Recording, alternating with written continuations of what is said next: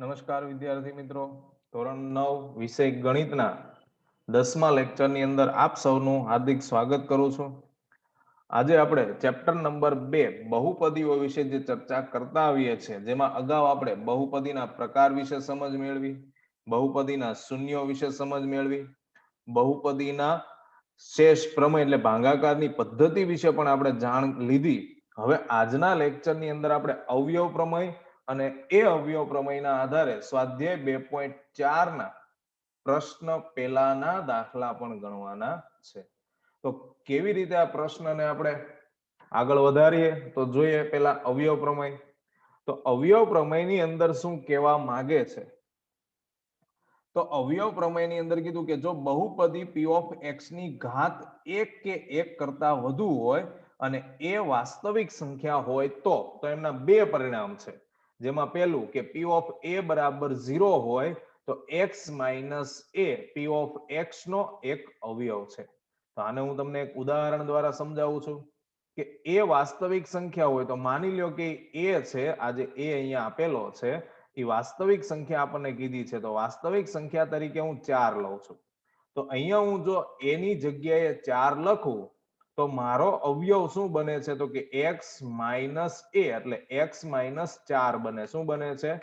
x minus 4. આ મારો શું બને છે? અવયવ બને છે. તો x minus 4 જે અવયવ બને છે એ ક્યારે બને? કે જ્યારે p of 4 બરાબર 0 હોય તો એવી રીતે માની લ્યો કે અહીંયા a ના સ્થાન પર 5 આપ્યા છે, તો આપણો અવયવ કયો બનવો જોઈએ? તો અવયવ યાદ રાખજો, x minus 5 બનવો જોઈએ. શું બનવો જોઈએ? x minus 5. એવી રીતે જો a ના સ્થાન પર તમને -3 આપેલા હોય તો શું બને? તો અવયવ બને x પ્લસ 3. શું બને છે? x plus 3. શું કામ પ્લસ થઈ ગયું? તો કે ઓલરેડી આપણું જે x માઇનસ એ અવયવ છે એમાં તો વચ્ચે માઇનસ છે જ, પણ આ a તરીકે પાછા આપણે -3 લીધા છે, તો એ માઇનસ માઇનસ કેવું થઈ જાય? પ્લસ. એટલે અવયવ બને x પ્લસ 3. શું બને છે? x plus 3. તો આ જ રીતે આપણી પાસે એનું વિરુદ્ધ વિધાન બીજું છે કે બીજા નિયમની અંદર કીધું કે જો x minus A p of x નો અવયવ હોય તો p of a બરાબર 0 થાય. તો આ અવયવ પ્રમેયનું વિધાન છે. પણ જો અવયવ પ્રમેયને સાદી અને સરળ ભાષામાં સમજવાનો પ્રયત્ન કરીએ તો શું કહેવા માંગે છે અવયવ પ્રમેય? તો એની આપણે વાત કરીએ કે જો સાદી અને સરળ ભાષામાં જો તમે અવયવ પ્રમેયને સમજવા ઈચ્છતા હો તો તમને આપણે અગાઉ જે શૂન્ય છે કે નહીં એ ચકાસતા આપણે સમજ્યા કે x ની જે કિંમત આપેલી હોય એને બહુપદીમાં મૂકવાની. જો જવાબ 0 આવે તો શૂન્ય છે, ન આવે તો નથી. તો સેમ એવું જ કામ અહીંયા કરવાનું છે કે આપણી પાસે જે અવયવ છે એના બરાબર 0 લઈ x ની કિંમત ગોતવાની અને આ x ની કિંમત બહુપદીમાં મૂકવાની. જો જવાબ 0 આવે તો અવયવ છે અને જવાબ 0 ન આવે તો અવયવ નથી. એટલે ટૂંકમાં તમારી પાસે જે x ની કિંમત હશે એને તમારે બહુપદીમાં મૂકી અને જવાબ 0 લાવવાનો છે. જો જવાબ 0 નથી આવતો તો અવયવ નથી, જવાબ 0 આવે તો અવયવ છે. સિમ્પલ વસ્તુ છે, કઈ અઘરું છે નહીં. તો આ અવયવ પ્રમેયને આપણે એક ઉદાહરણ દ્વારા સમજવાનો પ્રયત્ન કરીએ.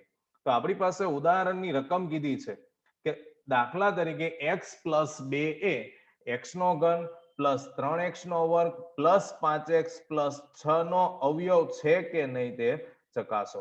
તો આ આપણી બહુપદી છે p of x અને આ x પ્લસ 2 છે જેમાંથી મારે x ની કિંમત ગોતવાની છે. શેષ શૂન્ય છે કે નહીં એમાં આપણે શું કરતા? x ની કિંમત સીધી આપેલી હતી મૂકવાની રહેતી. અહીંયા આપણે x ની કિંમત ગોતવાની અને પછી મૂકવાની રહેશે, એટલે એક સ્ટેપ વધારે છે. ત્યાં x ની સીધી જ કિંમત મૂકવી પડતી હતી, અહીંયા પહેલા x ની કિંમત ગોતવી પડે છે. તો x પ્લસ 2 બરાબર 0. એમાં x ને હું સૂત્રનો કરતા બનાવીશ તો પ્લસ 2 બરાબરની બીજી બાજુ જશે તો પ્લસ 2 કેવા થશે? -2. માટે x બરાબર -2. તો આ મને કોની કિંમત મળી ગઈ બાળકો? મારા x ની કિંમત, ચલની કિંમત. હવે આ x ની કિંમતને હું ક્યાં મૂકીશ? તો મારી પાસે એક બહુપદી છે. આ જે બહુપદી મને અહીંયા આપેલી છે એ બહુપદીમાં હું x ના સ્થાન પર -2 ને મૂકીશ. તો એ બહુપદીને હું ધારી લઉં છું, ધારો કે p ઓફ x બરાબર x નો ઘન પ્લસ 3x નો વર્ગ પ્લસ 5x પ્લસ 6. એટલે હવે જે x બરાબર -2 છે એને હું આ બહુપદીમાં મૂકી દઈશ x ના સ્થાન પર. તો તમે જુઓ છો દરેક જગ્યા પર x ના સ્થાન પર મેં મૂકી દીધું છે. હવે એમનું હું આગળ સાદુરૂપ આપીશ તો -2 નો ઘન તમે બધા જાણો છો -8 જ થાય, કારણ કે અયુગ્મ ઘાત હોય તો માઇનસ નું માઇનસ જ રહેશે. પછી +3 -2 નો વર્ગ કેટલો થશે 4, એટલે માઇનસ નું શું થઈ ગયું પ્લસ. પછી plus or minus minus 5 દુને 10 plus or minus કેવા થશે -5 દુને 10 અને છેલ્લે +6 છે.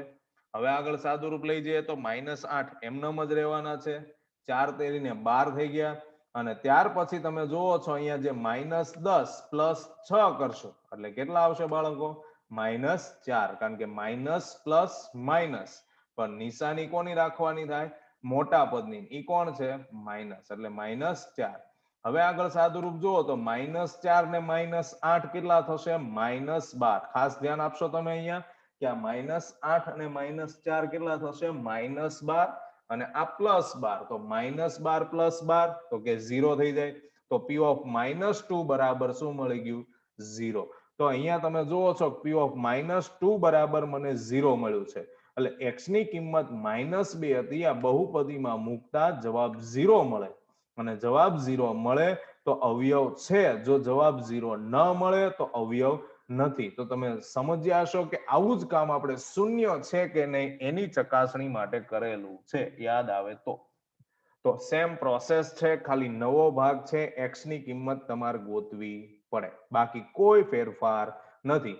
તમે ત્યાં શૂન્ય છે એવું લખતા હતા, અહીંયા અવયવ છે એવું લખવાનું રહેશે, બાકી કોઈ ફેરફાર કરવાનો નથી. તો આ પ્રકારે આપણે આજ અવયવ પ્રમેયના સ્વાધ્યાયની શરૂઆત કરીએ. તો સ્વાધ્યાય 2.4 ની આજે આપણે પ્રશ્ન પહેલાનો અભ્યાસ કરવાનો છે, જેમાં આપણને 4 પ્રશ્નો આપેલા છે, એટલે કે 4 દાખલા ગણવાના. તો પ્રશ્ન પહેલાની રકમમાં આપણને કહેવામાં આવ્યું નીચે આપેલ બહુપદીઓમાંથી કઈ બહુપદીનો અવયવ x + 1 છે તે નક્કી કરો. એટલે આપણને અવયવ x + 1 છે તે નક્કી કરવા માટે કીધેલું છે. તો આ અવયવમાંથી આપણે x ની કિંમત ગોતવાની અને એ x ની કિંમત આપણને અહીંયા જુદી જુદી બહુપદીઓ આપેલી હશે એ બહુપદીમાં મૂકવાની, અને જો જવાબ 0 આવે તો અવયવ છે, નથી આવતો તો અવયવ નથી. તો પહેલો પ્રશ્ન બહુપદી આપેલી છે x નો ઘન પ્લસ x નો વર્ગ પ્લસ x પ્લસ 1, અને અવયવ તો ફિક્સ જ છે બધા માટે x પ્લસ 1. તો આ x ને હું સૂત્રનો કરતા બનાવીશ, પ્લસ 1 ને બીજી બાજુ મોકલીશ એટલે -1 થશે. તો આ મારા x ની કિંમત થઈ ગઈ. કોની કિંમત થઈ ગઈ x ની. કેટલી થઈ ગઈ -1. હવે આ x બરાબર -1 ને હું આ બહુપદીમાં મૂકીશ. તો એ બહુપદીમાં મૂકતા જો જવાબ 0 આવશે તો અવયવ છે, ન આવે તો અવયવ નથી. તો એ બહુપદીને મેં નામ આપી દીધું p ઓફ x. હવે x ના સ્થાન પર હું -1 લખીશ. તો અહીંયા x ના સ્થાન પર મેં બધી જગ્યા પર -1 લખી દીધું. હવે -1 નો તમે ઘન કરો તો બાળકો 1 નો ઘન તો 1 જ થાય, 1 ની ગમે તેટલી ઘાત કરો 1 થાય, પણ નિશાની ખાસ ધ્યાન આપવાની કે જો અયુગ્મ ઘાત હોય તો માઇનસ નું માઇનસ જ રહે છે, પણ જો યુગ્મ ઘાત હોય એટલે કે બેકી સંખ્યા હોય તો માઇનસ નું પ્લસ થઈ જાય છે.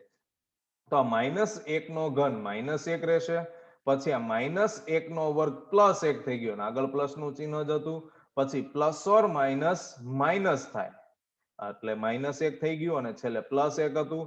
હવે બધાનું તમે જો વ્યવસ્થિત રીતે સાદુરૂપ આપો કે આ -1 + 1 તો કે 0 થાય.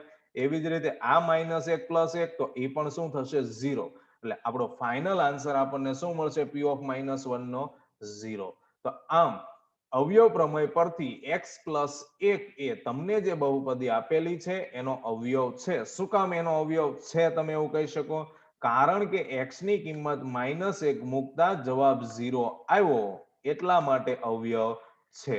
સિમ્પલ વસ્તુ છે. અહીંયા આવું જ આપણે શેષ પ્રમેય પહેલા જે શૂન્ય વિશે વાત કરી હતી એની અંદર પણ આપણને આ જ પ્રકારે આપવામાં આવેલું હતું. બીજો દાખલો જોઈએ. બહુપદી આપેલી છે x ની 4 ઘાત પ્લસ x નો ઘન પ્લસ x નો વર્ગ પ્લસ x પ્લસ 1. હવે એમાં x+1 એનો અવયવ છે કે નહીં તેની ચકાસણી કરીએ. તો પહેલા તો x ની કિંમત ગોતી જ લેવાની. તો +1 બરાબરની બીજી બાજુ જશે તો સેમ અહીંયા પણ આપણને x બરાબર કેટલા મળે છે? -1. કેટલા મળે? -1. હવે p ઓફ x ધારી લીધી આપણે બહુપદી. એમાં x ના સ્થાન પર આ જ પ્રકારે કેટલા લખી દેવાના? -1. તો બધી જગ્યા પર -1 લખી દીધા છે. -1 ની 4 ઘાત એટલે 2 કી ઘાત થઈ તો માઇનસ નું શું થઈ જાય? +1. પછી -1 નો વર્ગ +1 પ્લસ ઓર માઇનસ -1 અને લાસ્ટમાં +1. તો સેમ આગળના દાખલાની જેમ જ એટલે પહેલા પ્રશ્નની જેમ જ એમાં કામ કરવાનું છે. 1 - 1 તો કે 0 થઈ જાય. 1 - 1 તો કે 0 થઈ જાય. તો બચ્યો કોણ? ખાલી 1. તો p ઓફ -1 મૂકતા આ બહુપદીનો જવાબ આપણને કેટલો મળ્યો? 1. તો અવયવ પ્રમેય પરથી x+1 એ આપેલ બહુપદીનો અવયવ નથી. કેવી રીતે ખબર પડી અવયવ નથી? તો કે આપણી પાસે p ઓફ -1 છે એની કિંમત 0 મળી નથી. કેટલા મળ્યા છે? 1. જો 0 મળે તો અવયવ છે, 0 નથી તો અવયવ પણ નથી. બરોબર છે? તો આ જ વસ્તુ આપણે આગળના પ્રશ્નોમાં પણ સમજવાની છે. તો આ બે પ્રશ્નો આપણા પૂર્ણ થયા. હવે ત્રીજા દાખલા તરફ આગળ વધીએ. તો ત્રીજા દાખલાની રકમ બહુપદી આપેલી છે x ની 4 ઘાત પ્લસ 3x નો ઘન પ્લસ 3x નો વર્ગ પ્લસ x પ્લસ 1. એનો અવયવ પણ આપણને x+1 છે કે નહીં એ જાણવાનું કીધું છે. તો એના બરાબર 0 લઈને x ની કિંમત તો -1 જ થશે. બધામાં સમાન પદ હતું. તો x બરાબર -1 એટલે x ની કિંમત -1 છે એ બહુપદીમાં મૂકવાની. p ઓફ x માં x ના સ્થાન પર બધી જ જગ્યા પર -1 લખી દીધા. હવે આનું સાદુરૂપ આગળ જઈએ. તો -1 ની 4 ઘાત એટલે +1 થઈ જાય. બેકી છે એટલે ઘાત બેકી હોય, યુગ્મ હોય એટલે 1 થઈ ગયું. 3 -1 નો ઘન -1 થાય. +3 -1 નો વર્ગ 1 થાય. પ્લસ ઓર માઇનસ માઇનસ અને 1 પ્લસ 1. તો સાદુરૂપ છે એ મહત્વની વસ્તુ છે ટૂંકમાં બાળકો અહીંયા. હવે આનું આગળ સાદુરૂપ લઈ જઈએ. તો p ઓફ -1 બરાબર 1 પ્લસ ઓર માઇનસ -3 પ્લસ 3 એકા 3. અહીંયા પણ 3 એકા 3 થાય પણ પ્લસ માઇનસ માઇનસ થાય. હવે p ઓફ -1 બરાબર 1 વધ્યું. કેવી રીતે? તો કે -3 પ્લસ 3 0 થઈ જાય. -1 પ્લસ 1 તો એ પણ 0 થઈ જાય. તો ખાલી કોણ વધ્યો? 1. તો અહીંયા પણ x બરાબર -1 છે એ મૂકતા જવાબ 0 નથી આવતો. એટલે આપણે કહી શકીએ છીએ કે એ એમનો અવયવ નથી. કે x બરાબર કેટલા હતા? -1. એ મેં આમાં મૂક્યા તો જવાબ 1 આવ્યો. 0 નથી આવતો એટલે આપણે કહી શકીએ કે એમનો અવયવ નથી. તો આ પણ સિમ્પલ વસ્તુ થઈ ગઈ કે x ની કિંમત મૂકવાની. 0 આવે તો અવયવ છે, ન આવે તો અવયવ નથી. ચોથો પ્રશ્ન. બહુપદી આપેલી છે x નો ઘન -x નો વર્ગ માઇનસ કૌંસમાં 2 પ્લસ વર્ગમૂળમાં 2 x પ્લસ વર્ગમૂળમાં 2. એના માટે પણ અવયવ તો કોણ જ લેવાનો છે? x+1 જ. તો x ની કિંમત સેમ બધા દાખલાની અંદર આપણને કેટલી મળે છે? -1. તો આ -1 છે x ની કિંમત એ બહુપદીમાં મૂકવાની છે અને સાદુરૂપ આપીએ. તો જોઈએ આગળ એમનું સાદુરૂપ કે x ના સ્થાન પર -1 મેં લખ્યું બધી જગ્યા પર. -1 નો ઘન -1 નો વર્ગ -2 પ્લસ વર્ગમૂળમાં 2 x હતો -1 પ્લસ વર્ગમૂળમાં 2. હવે -1 નો ઘન તમે બધા જાણો છો એ -1 જ થાય. પછી -1 નો વર્ગ પ્લસ 1 થઈ જાય પણ નિશાની આગળ માઇનસ ની હતી એટલે -1 થયું છે. ખાસ સાંભળજો કે -1 નો વર્ગ તો +1 થાય પણ આગળ માઇનસ હતું એટલે -1 લખાણું છે. અને હવેનું જે સાદુરૂપ છે એને ખાસ સમજવાનો પ્રયત્ન કરવાનો છે કે અહીંયા જે -1 આપ્યું છે એને હું પેલા આની સાથે ગુણી દઉં. સીધું માઇનસ સાથે. તો માઇનસ સાથે ગુણશો એટલે માઇનસ માઇનસ કેવું થઈ જશે? પ્લસ. અને 1 તો છે જ. હવે આ +1 ને શું કરવાનું? 2 સાથે ગુણવાનું અને પછી કોની સાથે? વર્ગમૂળમાં 2 સાથે. ફરી પાછું સાંભળજો કે આ જે -1 છે એને સીધું મેં પેલા માઇનસ ના ચિહ્ન હારે ગુણ્યું એટલે પ્લસ અને 1 તો છે જ ત્યાં એટલે +1 થઈ ગયા. હવે એને હું 2 સાથે ગુણું એટલે 2 એકા કેટલા થઈ ગયા 2 અને વર્ગમૂળ 2 સાથે ગુણું એટલે કેટલા થઈ જાય વર્ગમૂળમાં 2. આઈ હોપ કે તમને સમજાણું હશે અહીંયા મેં શું સાદુરૂપ આપ્યું છે. તો હજુ એકવાર તમને સમજાવવાનો પ્રયત્ન કરું છું કે આ -1 છે એને મેં સીધું -1 હારે ગુણ એટલે માઇનસ માઇનસ +1 થઈ ગયો. હવે આ +1 ને હું કૌંસમાં બંને સાથે ગુણું છું વારાફરતી તો 2 એકા તો કે +2 અને પ્લસ પ્લસ પ્લસ વર્ગમૂળમાં 2 ગુણ્યા 1 એટલે વર્ગમૂળમાં 2. હવે આનું આગળ સાદુરૂપ આપીએ તો તમે જુઓ છો અહીંયા આ પદ મળ્યું આપણને વર્ગમૂળ 2 તો આનું શું થયું તો -1 -1 -2 અને આ +2 તો -2 +2 શું થઈ જાય છે 0. -1 -1 -2 થાય અને -2 + 2 એટલે 0. તો આપણી પાસે માત્ર શું વધ્યું વર્ગમૂળમાં 2 પ્લસ વર્ગમૂળમાં 2 એટલે એ વર્ગમૂળમાં 2 કેટલી વાર થઈ ગયા 2 વખત.